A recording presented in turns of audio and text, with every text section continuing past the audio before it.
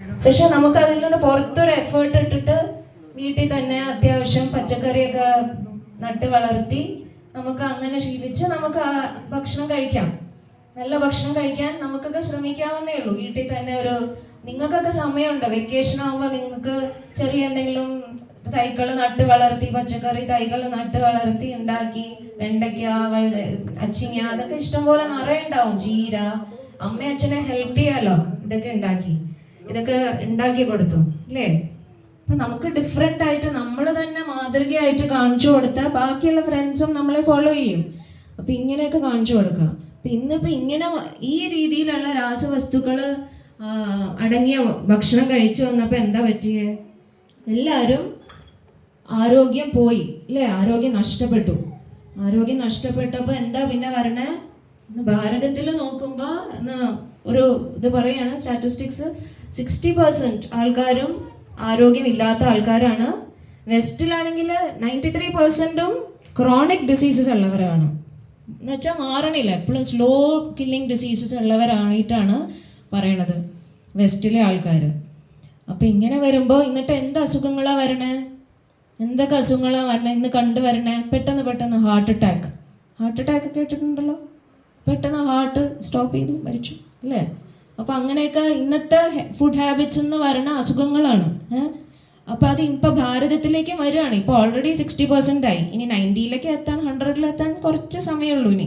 അപ്പോൾ നമ്മൾ ഇനിയെങ്കിലും അവെയർ ആയില്ലെങ്കിൽ എന്തൊക്കെ പറ്റും എന്നറിയില്ല. നമ്മൾ തന്നെ നമ്മളെ നശിപ്പിക്കുക. നമ്മുടെ ബാക്കി ജനറേഷൻസിനും നമ്മളിൽ നിന്നും ഒന്നും കിട്ടില്ല. അപ്പോൾ നമ്മളത് ശ്രദ്ധിക്കുക. എന്തൊക്കെ അസുഖങ്ങളാണ് പറഞ്ഞില്ലല്ലോ? ഹാർട്ട് അറ്റാക്ക്, ഹൃദ്രോഗം, പിന്നെ ഫാറ്റി ലിവർ ഇല്ലേ? കരള് പോവും.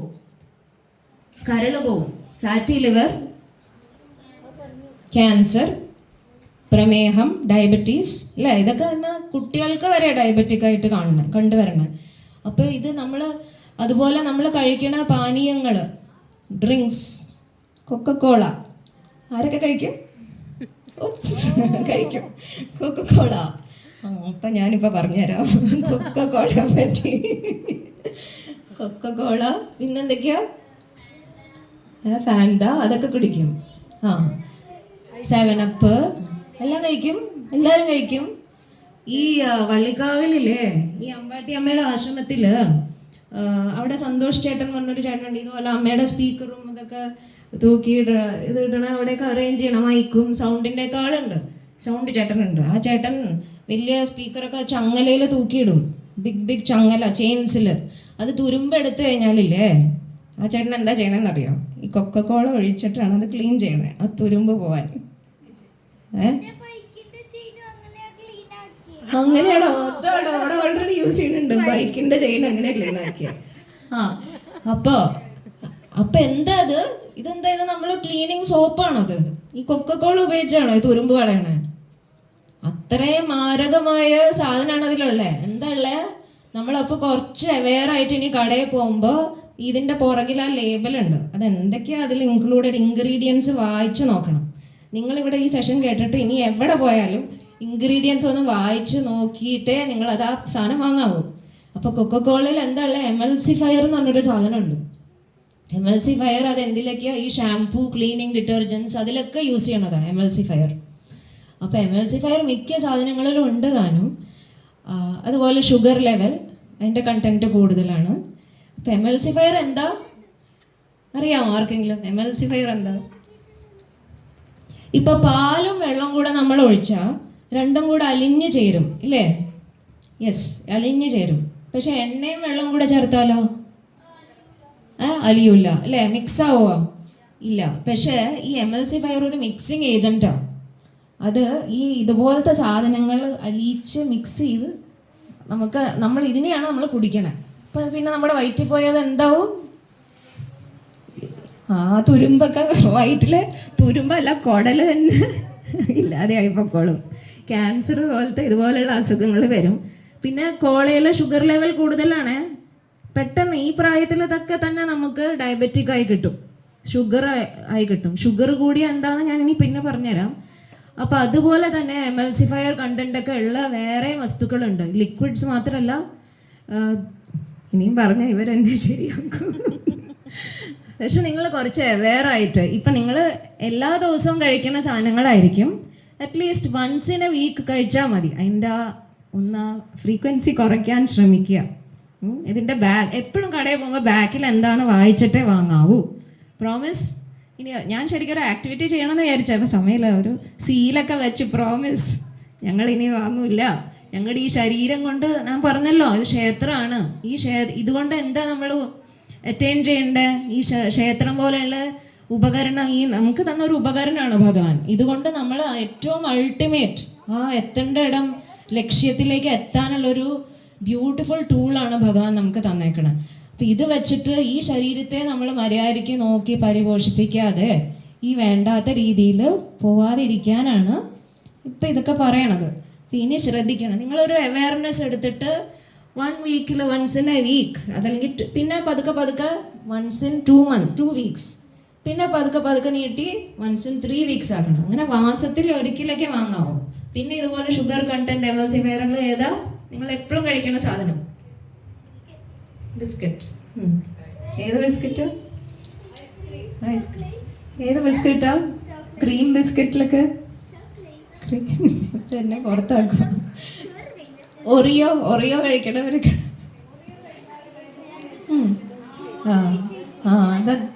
ഇതൊക്കെ എല്ലാ ദിവസവും കഴിക്കോ? ഒറിയോ? ഹലോ അദ്വൈത്, എല്ലാ ദിവസവും കഴിക്കോ ഒറിയോ? മിഠായി കഴിക്കും. അത് അപ്പോൾ ഇതൊക്കെ കഴിച്ചാൽ എന്താ പറ്റുക? പെട്ടെന്ന് നമ്മുടെ ബോഡിയിലെ ഷുഗർ ലെവൽ കൂടി ഡയബറ്റിക് ആവും, ക്യാൻസർ പോലത്തെ മാരക രോഗങ്ങൾ വരാം. അപ്പം ഇതൊക്കെ ആവാതിരിക്കാൻ വേണ്ടി നമുക്ക് 3 രീതിയിൽ ശ്രദ്ധിക്കാം. ഫസ്റ്റ് പോയിന്റ് എന്താ? ഫസ്റ്റ് പോയിന്റ് നമ്മൾ നമ്മുടെ പ്രാണനെ പരിപോഷിക്കുന്ന രീതി. പ്രാണൻ എന്ന് പറഞ്ഞാൽ ലൈഫ് ഫോഴ്സ്, നമ്മുടെ ലൈഫ് ഫോഴ്സാണ്, ജീവൻ അല്ലേ, ശ്വസിക്കുന്നുണ്ട് നമ്മൾ. അപ്പോൾ ഈ ശ്വാസമൊക്കെ നിൽക്കണമുണ്ടല്ലേ നമ്മളിങ്ങനെ ജീവിച്ചു പോണേ അല്ലേ. ഇതിന് വേണ്ടിയിട്ട് നമ്മൾ അതിനെ പരിപോഷിപ്പിക്കാൻ വേണ്ടി നമ്മൾ എന്ത് ചെയ്യണം? നല്ല ആഹാരം കഴിക്കണം. ഹെൽത്തി ജഗത് എങ്ങനത്തെ ആഹാരം കഴിക്കണം? Healthy food. എങ്ങനെയാ ഹെൽത്തി ഫുഡ് കഴിക്കണേ? വെജിറ്റബിൾസ്, ഫ്രൂട്ട്സ്, സീസണൽ ഫ്രൂട്ട്സ് അല്ലേ, നമുക്ക് അപ്പം കിട്ടുന്ന സീസണൽ ഫ്രൂട്ട്സ് അതൊക്കെ കഴിക്കാം.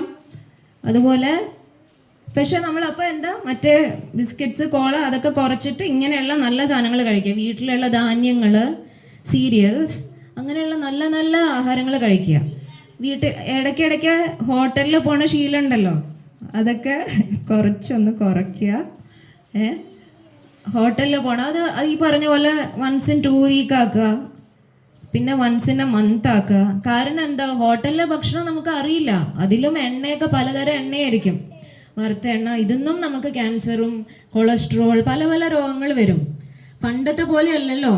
പണ്ടൊക്കെ ഒരു സ്ഥലത്ത് ഇവിടുന്ന് വേറൊരു സ്ഥലത്ത് എത്താൻ തന്നെ വലിയ പാടാണ്. കാറില്ല, ബൈക്കില്ല, ഒന്നുമില്ല. ഇന്ന് വേഗം വിചാരിച്ച അവിടെ എത്തി അല്ലേ. നമ്മുടെ വിരൽ തുമ്പി തന്നെ സൂപ്പർ മാർക്കറ്റാന്നാണ് അമ്പട്ടിയമ്മ പറയണേ. ഇപ്പം എന്താണ് സ്വിഗ്ഗി, അതൊക്കെ അത് ഇവിടെ നിൽക്കിയാൽ തന്നെ ഇവിടെ വീട്ടിലെത്തി. ഇങ്ങനെ ആക്കിയാൽ മതി അല്ലേ, അത് വീട്ടിലെത്തി. അപ്പം ഇതൊക്കെ നമ്മൾ തന്നെ ശ്രദ്ധിക്കണം. ആരൊക്കെ ശ്രദ്ധിക്കും? ആരെങ്കിലും ഒരു പ്രോമിസ് എടുക്കണുണ്ടോ? ഞാൻ ഇന്ന് തൊട്ട് ശ്രദ്ധിക്കാം. നമ്മൾ ആ ബാക്കിലത്തെ ലേബിൾ റീഡ് ചെയ്യുക. എന്നിട്ട് എന്നും വാങ്ങാതെ, എന്നും വാങ്ങണവർ ആഴ്ചയിലാക്കുക, അല്ലാത്ത ആഴ്ച വാങ്ങണവർ 2 ആഴ്ച കൂടുമ്പോൾ ആക്കുക. അങ്ങനെ മാസത്തിൽ അങ്ങനെയൊക്കെ ശ്രദ്ധിക്കുക. കംപ്ലീറ്റ്ലി പെട്ടെന്ന് സ്റ്റോപ്പ് ചെയ്യാനല്ല, ശ്രദ്ധിക്കുക, പറയുക, അവെയർനെസ്സോടെ ചെയ്യുക. അല്ലെങ്കിൽ നമ്മുടെ തന്നെ ഹെൽത്ത് പോവും. അപ്പം അതാണ് അതിൽ. പിന്നെ ഉള്ളത് അപ്പോൾ ഇത് നല്ല ആഹാരങ്ങൾ കഴിക്കണ മാത്രമല്ല, ഇതുപോലെ 2 കാര്യങ്ങൾ മസ്റ്റായിട്ട് അവോയ്ഡ് ചെയ്യാനുണ്ട്. ഏത്? പഞ്ചസാരയുടെ ഉപയോഗം. പഞ്ചസാരയും വൈറ്റ് പോയ്സണാണ്. പഞ്ചസാരയുടെ ഉപയോഗം കുറച്ച് നല്ലോണം ശ്രദ്ധിക്കുക. പഞ്ചസാര സൂക്രോസ് ലെവൽ, നമ്മുടെ ബ്ലഡിലെ ഷുഗർ ലെവൽ കൂട്ടും. ഇപ്പം തന്നെ ഡയബറ്റിക് ആയതുകൊണ്ട് മാത്രമല്ല, ഇപ്പം നമ്മൾ ഈ കഴിക്കുന്ന സാധനത്തിൽ കൂടെയൊക്കെ പെട്ടെന്ന് ഷുഗർ ലെവൽ കൂടില്ലേ. ഇപ്പം ഞാൻ പറഞ്ഞില്ലേ ചില കാര്യം, കേക്ക് അങ്ങനെയുള്ള കാര്യങ്ങളൊക്കെ. അപ്പം ഇതിൽ കൂടെയൊക്കെ തന്നെ നമ്മുടെ ഷുഗർ ലെവൽ കൂടും. ഷുഗർ ലെവൽ കൂടിയ എന്താ? നമുക്ക് ആകെ ഒരു കരളേ ഉള്ളൂ, ഒരു ലിവറേ ഉള്ളൂ. ഈ ലിവർ വേണം ഇതൊക്കെ ബ്ലഡിലേക്ക് ഒന്ന് അലിയിച്ച് ചേർപ്പിക്കാൻ. അപ്പം അത് അതിനെ കൊണ്ട് താങ്ങാൻ പറ്റാണ്ടാവുമ്പോൾ ഇത് എന്താവും, ഷുഗറൊക്കെ ഫാറ്റായിട്ട് മാറും. ആമം എന്ന് പറയും, ആമം എന്നായിട്ട് അത് ആമമായി മാറിക്കഴിഞ്ഞാൽ പിന്നെ ക്യാൻസറസ് ആയി.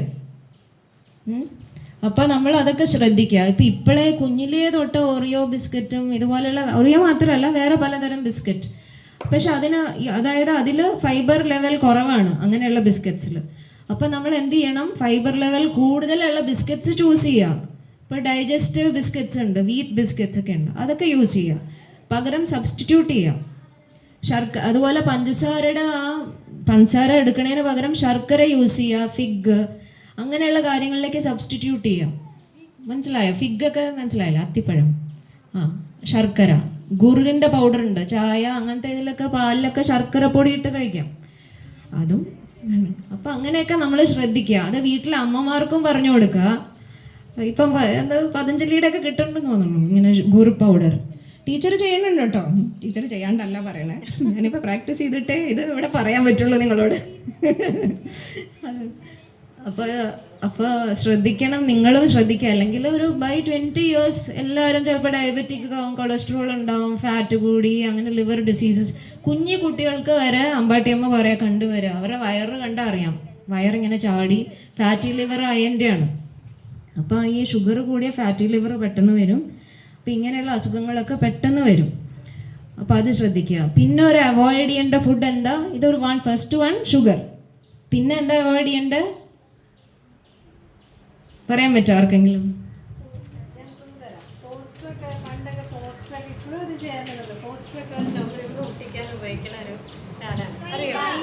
മൈദ, യെസ്. അപ്പം മൈദ ഇതുപോലെ യൂസ് ചെയ്താൽ എങ്ങനെ ഇരിക്കും? മൈദയുടെ പ്രോപ്പർട്ടി എന്താ, ഗുണം എന്താ? അതിനൊരു ഒട്ടണ സ്വഭാവമുണ്ട് അല്ലേ? അത് ഈ പോസ്റ്റേഴ്സൊക്കെ ഉപയോഗിക്കാൻ പണ്ട് ടീച്ചർ അത് ഈ അമ്പാട്ടിയമ്മയുടെ പോസ്റ്ററൊക്കെ ഒട്ടിക്കാൻ പോകാറുണ്ടായിരുന്നു. പക്ഷേ മൈദ കലക്കിയിട്ടാണ് അത് പരട്ടിയിട്ടാണ് ഒട്ടിക്കണത്. അപ്പോൾ അത് നമ്മുടെ കുടലിൽ പോയാലോ, കുടലൊക്കെ ഒട്ടി വൻകുടലും എല്ലാം ഒട്ടാൻ തുടങ്ങും. അതുപോലെ ക്യാൻസറസ് ആവും. ഇപ്പോൾ മൈദ കൂടിയാലും മൈദയുടെ കണ്ടന്റ് ഇൻടേക്ക് കൂടിയാൽ ഷുഗർ ലെവൽ, അതിൻ്റെ ഗ്ലൈക്കമിക് ഇൻഡെക്സ് എന്ന് പറയും, അത് കൂടും. അതിൻ്റെ ലെവൽ കൂടിയിട്ട് ഇതുപോലെ ഷുഗറും കൂടും, പിന്നെ നമ്മുടെ കുടലിനൊക്കെ ക്യാൻസറും ആവും.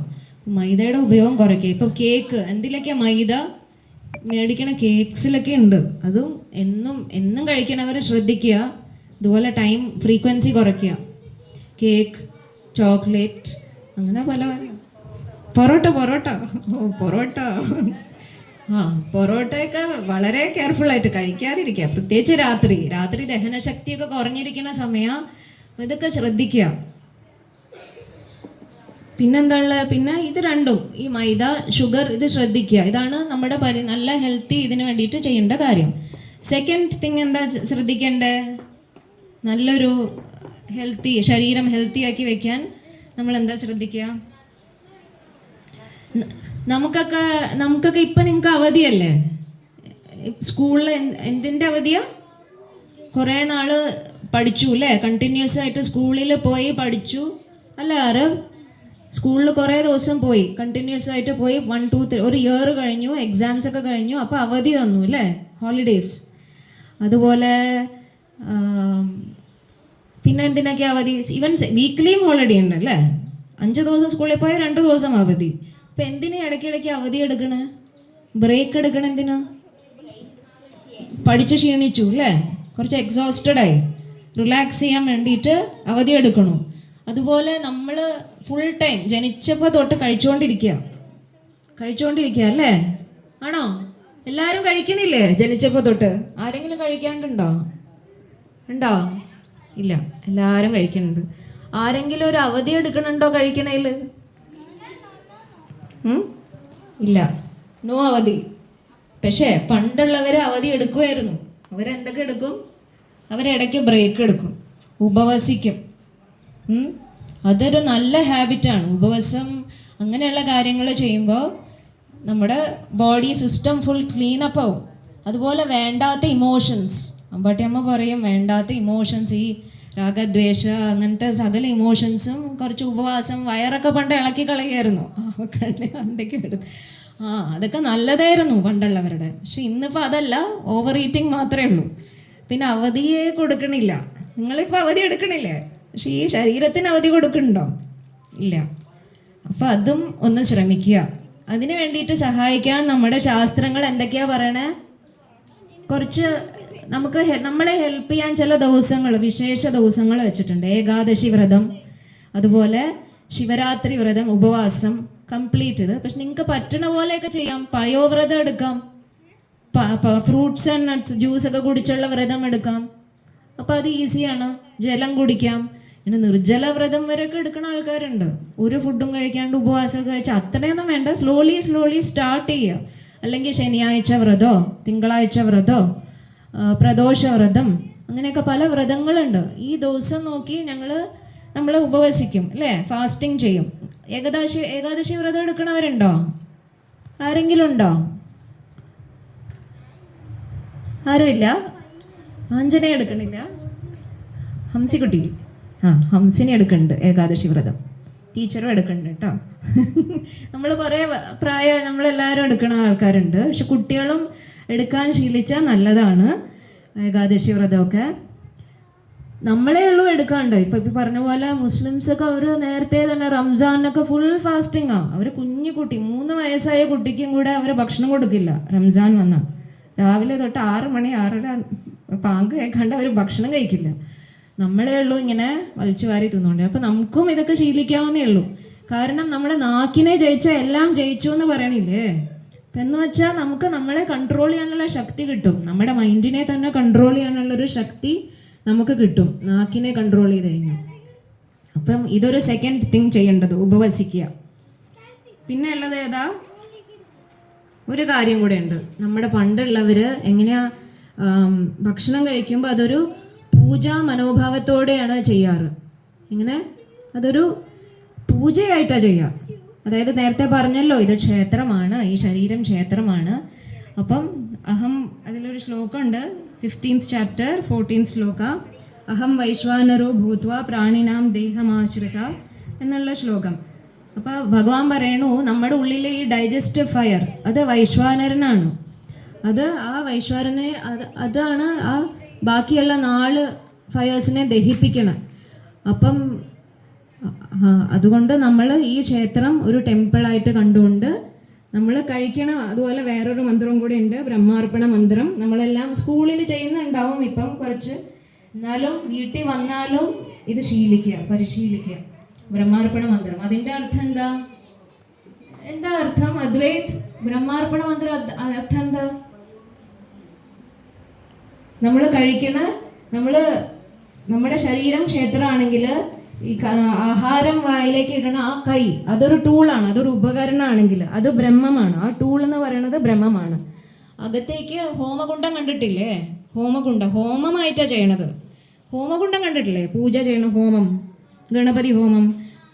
ആ ഹോമകുണ്ടത്തിൽ അഗ്നിയിലേക്ക് എന്താ ഇടണേ? പൂജാരി എന്താ ഇടണേ? ഒരു സ്പൂണാണ് ഉപകരണം. സ്പൂൺ കൊണ്ട് എന്താ ഇടണേ? ഹവിസിടും. എന്താ ഹവിസ് എന്ന് പറഞ്ഞാൽ നെയ്യ്. നെയ്യിടില്ലേ? കണ്ടിട്ടുണ്ടോ? നെയ്യിടും, കറുകയിടും, അതിലിടേണ്ട കുറേ വസ്തുക്കളിടും, ധാന്യങ്ങളിടും. അപ്പോൾ ഇതൊക്കെ ഹവിസാണ്. അതുപോലെ തന്നെ നമ്മൾ കഴിക്കുന്ന പ്രക്രിയ ഒരു പൂജയായിട്ട് ഹോമമായിട്ട് കാണുകയാണെങ്കിൽ നമ്മുടെ ഈ സ്പൂണിന് പകരം നമ്മുടെ കൈയാണ് നമ്മുടെ ഉപകരണം, ബ്രഹ്മമാണത്. അകത്തേക്ക് കഴിക്കണ ഹവിസ് എന്ന് പറയുന്നത് നമ്മുടെ ഭക്ഷണം, അതും ബ്രഹ്മമാണ്. അകത്തേക്ക് പോയി കഴിഞ്ഞാൽ ആ ബ്രഹ്മം തന്നെ അത് കഴിക്കുന്നു. അപ്പം എല്ലാം ആ ബ്രഹ്മമായി കണ്ടുകൊണ്ട് കഴിക്കുമ്പോൾ അതൊരു പൂജയായി തീരണു. ഇതാണ് നമുക്ക് പണ്ടുള്ളവർ ഋഷീശ്വരന്മാർ നമ്മളെ ശീലിപ്പിക്കണേ. അപ്പം ഈ മന്ത്രം ചൊല്ലിയേ കഴിക്കാവൂ ഭക്ഷണം. ബ്രഹ്മാർപ്പണ മന്ത്രം എന്താണ്? ഓം ബ്രഹ്മാർപ്പണം ബ്രഹ്മഹവി ബ്രഹ്മാഗ്നോ ബ്രഹ്മണാഹുതം ബ്രഹ്മൈവ തേന ഗന്ധവ്യം ബ്രഹ്മകർമ്മ സമാധിനാ ഓം ശാന്തി ശാന്തി ശാന്തി. ഈ ശ്ലോകം ചൊല്ലിയേ കഴിക്കാവൂ. അപ്പം നമ്മൾ വേറെ എവിടെന്നെങ്കിലും ഹോട്ടലിൽ നിന്ന് പോയി കഴിച്ചാലൊക്കെ പ്രത്യേകം ശ്രദ്ധിക്കുക, ബ്രഹ്മാർപ്പണം ചൊല്ലി കഴിക്കുക. എന്തെങ്കിലും അവർ ദുഷ്ചിന്തകൾ കൊണ്ട് ഭക്ഷണം കഴിക്കുകയാണെങ്കിൽ ആ ചിന്ത നമ്മളെയും ബാധിക്കില്ലേ? ബാധിക്കാതെ ഇരിക്കാൻ നമ്മൾ ഈ മന്ത്രം ചൊല്ലി അതിനെ നള്ളിഫൈ ചെയ്തിട്ട് വേണം കഴിക്കാൻ. അപ്പോൾ നമ്മൾ ബ്രഹ്മമായിട്ട് നമ്മൾ കഴിക്കണമെന്നുള്ള സങ്കല്പത്തിൽ വേണം അത് ചെയ്യാൻ. അപ്പോൾ ഇതൊക്കെയാണ് ടീച്ചർക്ക് പറയാനുള്ളത്. അപ്പം എന്ത് കടയിൽ പോയാലും ശ്രദ്ധിക്കേണ്ട കാര്യം എന്തൊക്കെയാണ് ലേബിൾ നോക്കണം. അതിൽ എന്തൊക്കെയുണ്ട്, ആ ഫസ്റ്റ് ഫിസാറ്റ് ലേബിൾ ഉണ്ടാവും, അതിലൊരു ട്രേഡ് മാർക്ക്, അതിൽ നോക്കണം. ഫസ്റ്റ് ആദ്യം 4-5 കാണിക്കണതാണ് ഏറ്റവും കൂടുതൽ കണ്ടൻറ്റ് വരണം, അതിലേറ്റവും കൂടുതൽ സാധനങ്ങൾ വരണം. ഇപ്പോൾ സിറപ്പ്, അത് സോസ്, ഇതൊക്കെ നിറയെ രാസവസ്തുക്കളുള്ളതാണ്, അതൊക്കെ അവോയ്ഡ് ചെയ്യുക. ടൊമാറ്റോ സോസൊക്കെ വീട്ടിലുണ്ടാക്കാം. അതുപോലെ എളുപ്പത്തിന് നമ്മൾ പാചകം ചെയ്യാതെ ഓടിപ്പോയി വാങ്ങിയല്ലേ കഴിക്കണേ. പക്ഷെ കുറച്ചൊരു സമയം എടുത്ത് നമ്മൾ വീട്ടിൽ തന്നെയൊക്കെ എല്ലാം ഉണ്ടാക്കാവുന്നേ ഉള്ളൂ. കുറച്ച് നമ്മുടെ ആ ലേസിനെസ്സും കൂടെ മാറ്റുക, നമ്മളും പഠിക്കുക, നമ്മളും അമ്മമാരെ സഹായിക്കുക. ഞാൻ അരിഞ്ഞു തരാം, ഞാൻ ദോശ മറിച്ചിട്ട് തരാം, ഞാൻ കുക്ക് ചെയ്യാം എന്നൊക്കെ പറഞ്ഞാൽ എനിക്ക് ഉണ്ടാക്കിയ ഭക്ഷണം മതി. നമ്മൾ ഷാഠ്യം പിടിക്കുക, വേറെ പല കാര്യത്തിന് ഷാഠ്യം പിടിക്കില്ല. ഇങ്ങനെ നല്ല ഭക്ഷണം ഉണ്ടാക്കി തരാൻ പറഞ്ഞ് ഷാഠ്യം പിടിക്കും. അപ്പം അങ്ങനെ ആയിക്കഴിഞ്ഞാൽ നമ്മുടെ തന്നെ ഫുഡ് ഹാബിറ്റ് മാറി, വേണ്ടാത്ത ഫുഡ് ഹാബിറ്റ് നമുക്ക് ഉണ്ടാവില്ല. പിന്നെ ബാക്കിയുള്ളത് ഭഗവത്ഗീതയിൽ പറയണ 3 ശ്ലോകങ്ങളുണ്ട്. നമ്മളുടെ പ്രിയമനുസരിച്ച് സാത്വിക ആഹാരം, രാജസിക ആഹാരം, താമസിക പ്രിയന്മാർക്ക് എങ്ങനെയുള്ള ആഹാരം, അതൊക്കെ ഞാൻ ശ്രീമതി പൂർണിമ ശ്രീകാന്തിനെ ക്ഷണിച്ചു കൊള്ളുന്നു പറയാനായിട്ട്. നമഃശിവായ.